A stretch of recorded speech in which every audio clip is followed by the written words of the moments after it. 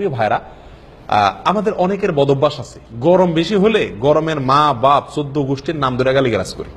এই বদভ্যাসটা আছে না অনেকের মধ্যে, যে আরে শালার অমুকের তমুকের, আর বাকিটা কুলাম না, এরকম বলে না? শালার গরম, শালির গরম, আরো কি। এই যে গরমকে কি দেওয়া হচ্ছে, গালি দেওয়া হচ্ছে। আমাদের অভ্যাসগুলো, আল্লাহ মাফ করুক, মুখগুলো এত বেশি খারাপ হয়ে গেছে। একটা ইটের সাথে উষ্টা খাইলে ইটের 14 গোষ্ঠী ধরে, ইটের কোনো গোষ্ঠী আছে? ইটের মা বাপ আছে?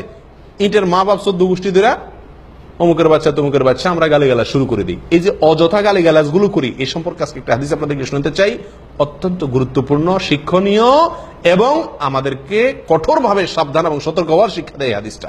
সেটি হলো নবী সাল্লাল্লাহু আলাইহি সাল্লাম থেকে আব্দুল্লাহ ইবনে আব্বাস রাদিয়াল্লাহু তাআলা বর্ণনা করেছেন, সুনানে তিরমিজিতে বিশুদ্ধ সূত্রে বর্ণিত হয়েছে, যে নবী সাল্লাল্লাহু আলাইহি ওয়াসাল্লাম ইরশাদ করেছেন, ইন্নাহু মান লাআনা শাইআন লাইসা লাহু বিআহলিন রাজাআতিল লা'নাতু আলাইহি। যদি কেউ এমন কোন বস্তুকে লানত দেয়, গালি দেয়, অভিশাপ দেয়, বদদোয়া দেয়,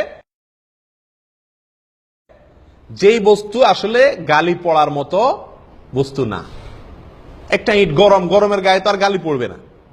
এরকম অপাত্রে যদি কেউ গালিগালাজ বা অভিশাপ করে তাহলে সেই অভিশাপ তার উপরেই ফিরে এসে পড়ে। কত বড় জঘন্য কথা! তার অভিশাপ ওই ব্যক্তির উপরেই ফিরে এসে পতিত হয়। প্রিয় ভাইরা, এই জন্য গরম যত কষ্ট দেখ, যত কষ্ট হোক, কারেন্ট নাই, কষ্ট হচ্ছে গরমে, এই জন্য গরমের মা বাপ তুলে বা যে কোনো ভাবে গরমকে কি করা যাবে না, গালমন্দ করা যাবে না, অশ্লীল কোনো কথা বলা যাবে না, বাজে কোনো মন্তব্য করা যাবে না। কারণ সহিহ বুখারীর হাদিসে আসছে যে আল্লাহ সুবহানাহু ওয়া তাআলা হাদিসে কুদসিতে বলেছেন যে বনি আদম বা মানুষেরা আমাকে কষ্ট দেয়। কিভাবে কষ্ট দেয়? তারা সময়কে গালি দেয়। সময়কে, এই যে সিজন গরম ঠান্ডা, বিভিন্ন সময়কে তারা কি করে? গালি দেয়। অথচ এই সময় আমার নিয়ন্ত্রণে। আল্লাহ সুবহানাহু ওয়া তাআলা বলেন, আমি এই সময়কে পরিবর্তন করি। অতএব সময়কে গালি দেওয়া মানে প্রকারান্তরে আল্লাহকে কি দেওয়া? গালি দেওয়া। আর তাছাড়া নবী সাল্লাল্লাহু আলাইহি ওয়াসাল্লাম বলেছেন, মুমিন কখনো কি হতে পারে না? লাআন, তাআন, ফাহিশ, বাজি হতে পারে না। অর্থাৎ অশ্লীল, বাজে মন্তব্যকারী, ফালতু কথা, নিচু কথাবার্তা, গালমন্দ করা, অভিশাপ করা, এগুলা কোনো মুমিনের কি হতে পারে না? স্বভাব হতে পারে না। অতএব গরমের সিজনের আরেকটি গুরুত্বপূর্ণ লক্ষণীয় আমল হলো, যাতে গরমের আতিশয্যে বা গরমের কষ্টে আমাদের মুখ দিয়ে কি না হয়? গালমন্দ বের না হয়, বাজে মন্তব্য বের না হয়। সে বিষয়ে কি করা?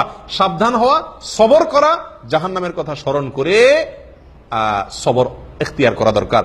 তাবুকের যুদ্ধে আল্লাহ সুবহানাহু ওয়া তাআলা যখন নির্দেশ করেছেন জিহাদে বের হওয়ার জন্য, তখন কিছু মুনাফিক মদিনায় থেকে গিয়েছিল, যায় নাই। তারা নিজেরা তো থেকে গিয়েছে, অন্যদেরকে বলেছে লা তানফিরু ফিল হার, সূরা তওবা আসছে। তারা অন্যদেরকে বলছে এই গরমে বের হয়ো না তোমরা। আল্লাহ সুবহানাহু ওয়া তাআলা আয়াত নাযিল করে নবী সাল্লাল্লাহু আলাইহি ওয়াসাল্লামকে বলছেন, আপনি বলে দিন, কুল নারু জাহান্নামা আশাদ্দু হাররা, হে মুনাফিকরা, যারা আজকের এই গরমের কষ্ট দেখা বের হচ্ছ না, জাহান্নামের আগুন, জাহান্নামের কষ্ট, উত্তাপ এর চাইতে অনেক বেশি। যারা গরমের কষ্ট দেখা জোহরের নামাজ মসজিদে পড়তে যাইতেছেন না, তারা এই আয়াতটি মাথা রাখবেন যে জাহান্নামের আগুন